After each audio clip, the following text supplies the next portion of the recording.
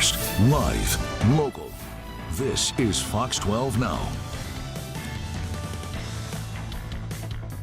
Everyone, this is Fox 12 Now. I'm Greg Nibbler. Thank you for joining us here today. We appreciate it. We are live streaming here from the Fox 12 Oregon newsroom, as we do every weekday around 1 o'clock, covering a wide range of topics on this show, and we are live streaming on our social media channels. We're on our website and, of course, on the Fox 12 Oregon app, so lots of ways to find the show and share it afterward. I always like to let people know about that. Today, though, we are doing a lot of coverage of Formula E. The E-Prix, the Portland E-Prix, is taking place this weekend at the Portland International Raceway. And we've had some coverage already this week about this, but we were able to actually go out to the track, interview some drivers. We actually talked to their sustainability director. We'll be playing that later on the show. So a lot of coverage of this. But before we even get into these interviews, because this segment's going to have the driver interviews, I wanted to just talk about the race itself in case people are unfamiliar with what it is, just to get a better understanding, and also it'll give a little bit of a clue as to some of the questions that I talked to the drivers about. So if you've never seen what Formula E looks like, there it is. This is from last year here in Portland, and this was a big deal that it is here, and let me explain why. So this is an international circuit,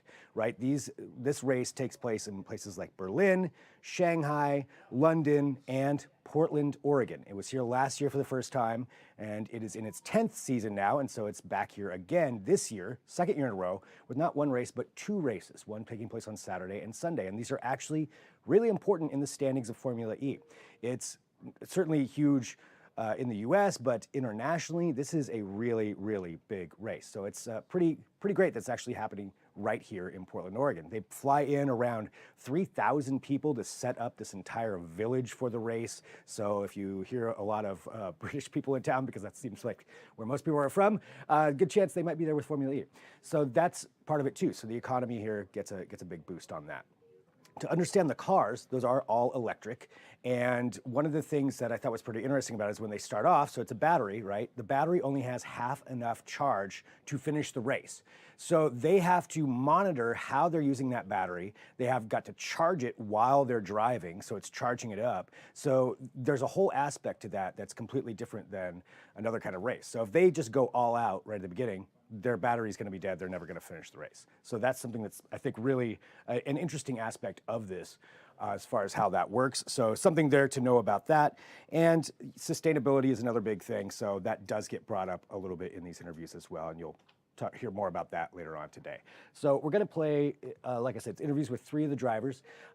Another thing of context is that just before I interviewed them, there was a donut making contest that I was thankful enough to be one of the judges for. And I'm talking about actual donuts, like eating donuts, not a car doing donuts. So the drivers that I spoke to, three of them were involved in that. I will say one of them actually offered me a bribe so that they could win. And one of them that I interviewed, I told him his donuts were not very good, so he was a little bit salty there at the beginning of the interview. So I'll leave that up to you to guess who was who, but we do have these here right now. So interesting thing to learn more about. They talk about their experience here in Portland and some other things that go on with the race and why it's such a big deal. So let's go ahead and go to that right now. Here we are. Here are our interviews. Well, Mitch, just to start off here, welcome to Portland. Have you had a chance to get out into the city at all? A bit, yeah. This is our second visit to Portland. So last year we had a bit of a look around. I arrived yesterday.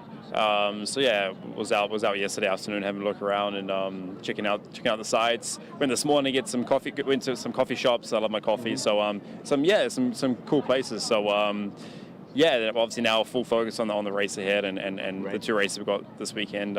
So yeah, but just great to be back in America. It's a place we all love, and yeah, it's good to be back in Portland. Nice. Well, it's you've got these two races here this weekend. The season's starting to wrap up. So how intense is it out there for all of you that are out there driving around?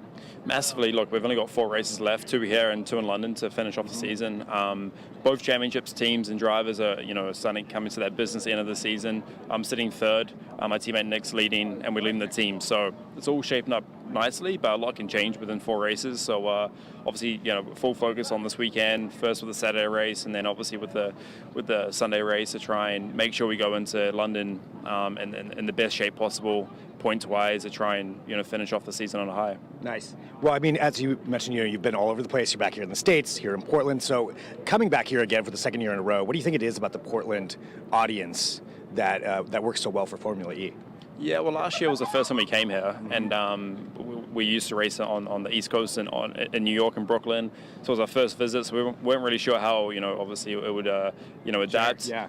And honestly, we were really surprised and pleasantly surprised about how the attendance we had last year. It was a great race as well, so hopefully that draws, fans back again. We only had one race last year. This year we got two. So, the locals can have get two doses of Formula E action, which I think is great. And obviously there's other events that come here, but we were really surprised, pleasantly surprised with how big it was last year. So we're expecting a bigger turnout this weekend, and just looking forward to seeing all the local fans coming out and supporting us. Is there anything particular about this course that's different or that stands out to you compared to some of the other places that you've been going? I mean, traditionally we normally race in the streets, so it's normally street racing. So this is obviously a permanent facility. It's quite a bit longer, quite a bit faster than what we're used to. So yeah, that does, we have to adapt to that through setup, through strategy, how we approach the weekend. It does change things a little bit. Yeah. So it's definitely a really tough venue for us to get right. Just for a number of those reasons. Overtaking is a little bit easier compared to other tracks. So we love the street tracks, but obviously these venues work well. And definitely last year, if you do see the race back, it was a really exciting race. So hopefully, two exciting races this weekend and put a good show on for everyone coming out. Nice. Well, thanks so much for your time. Welcome to Portland, and good luck here this weekend. Cheers. Appreciate it. Yeah. Well, Jeb, great to talk to you. Welcome to Portland. Thank you. Congrats here already. Doing pretty well. I want to ask something about you. You said that you've had a chance to get out into the city. Go check some things out. So what things have you seen here from Portland so far? I've seen the Japanese garden that is amazing. Last year I went for a walk a little bit outside the city in the forest. So yeah, great countryside. Yeah. But I haven't done much more. Otherwise, we here all day at the track. Yeah. So when did you get into town for this? Last night. Last night. Okay, so you're not here that long before you have to actually race. I mean, it's coming up on Saturday. We're here on Thursday right now. So how do you prepare just with jet lag, just getting yourself ready physically to do that? I mean, it's. I feel that jet lag is a lot in the head, and we're traveling a lot east, west, all throughout the year. So our body is kind of used to jet lag. Yeah. And just try and the first day try not to sleep, and the first night try and hold at least until 11 p.m. and then you have a good night's sleep, and then you're set up for the rest of the nights. Do you remember when you started out, was there a moment when you were a kid where you were like, okay, I want to do this for a living, or did it just kind of naturally come as you went through life? I think it came naturally because I grew up on my parents' karting go-karts. I was living there, so right. I started when I was 4 or 5 years old, and it was I never asked myself what else did I want to do in life. It was always clear it was motorsport. What is the fastest you have ever driven? Down a straight line? Yeah. I'd say it was probably in F1 in Monza, maybe 350, 360 kph. Wow. All right. Okay. I don't know how much is that. Yeah, I'll convert it later. Yeah. I'll convert it later. Either way, it sounds fast. All right. And so for this weekend, what are you looking forward to with this race? What's different here about Portland, and what really stands out for you?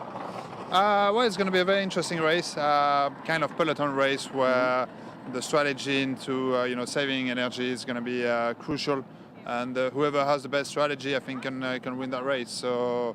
I think qualifying is going to have, of course, some kind of importance, but I truly believe that anybody starting last with a very strong strategy and a strong race package can win that race. The straight lines are so long, and a lot of overtaking opportunities, and the amount of saving that we need to do in the race is quite a lot, especially in the first race. Yeah, I mean, well, talking about that strategy and also the overtakes, I do want to ask this just about you and your fellow drivers. We just saw you guys all out here hanging out. So there's definitely some camaraderie there, but when you're out there, somebody overtakes you, is there ever any kind of a gesture or anything said to the other driver while that's going on?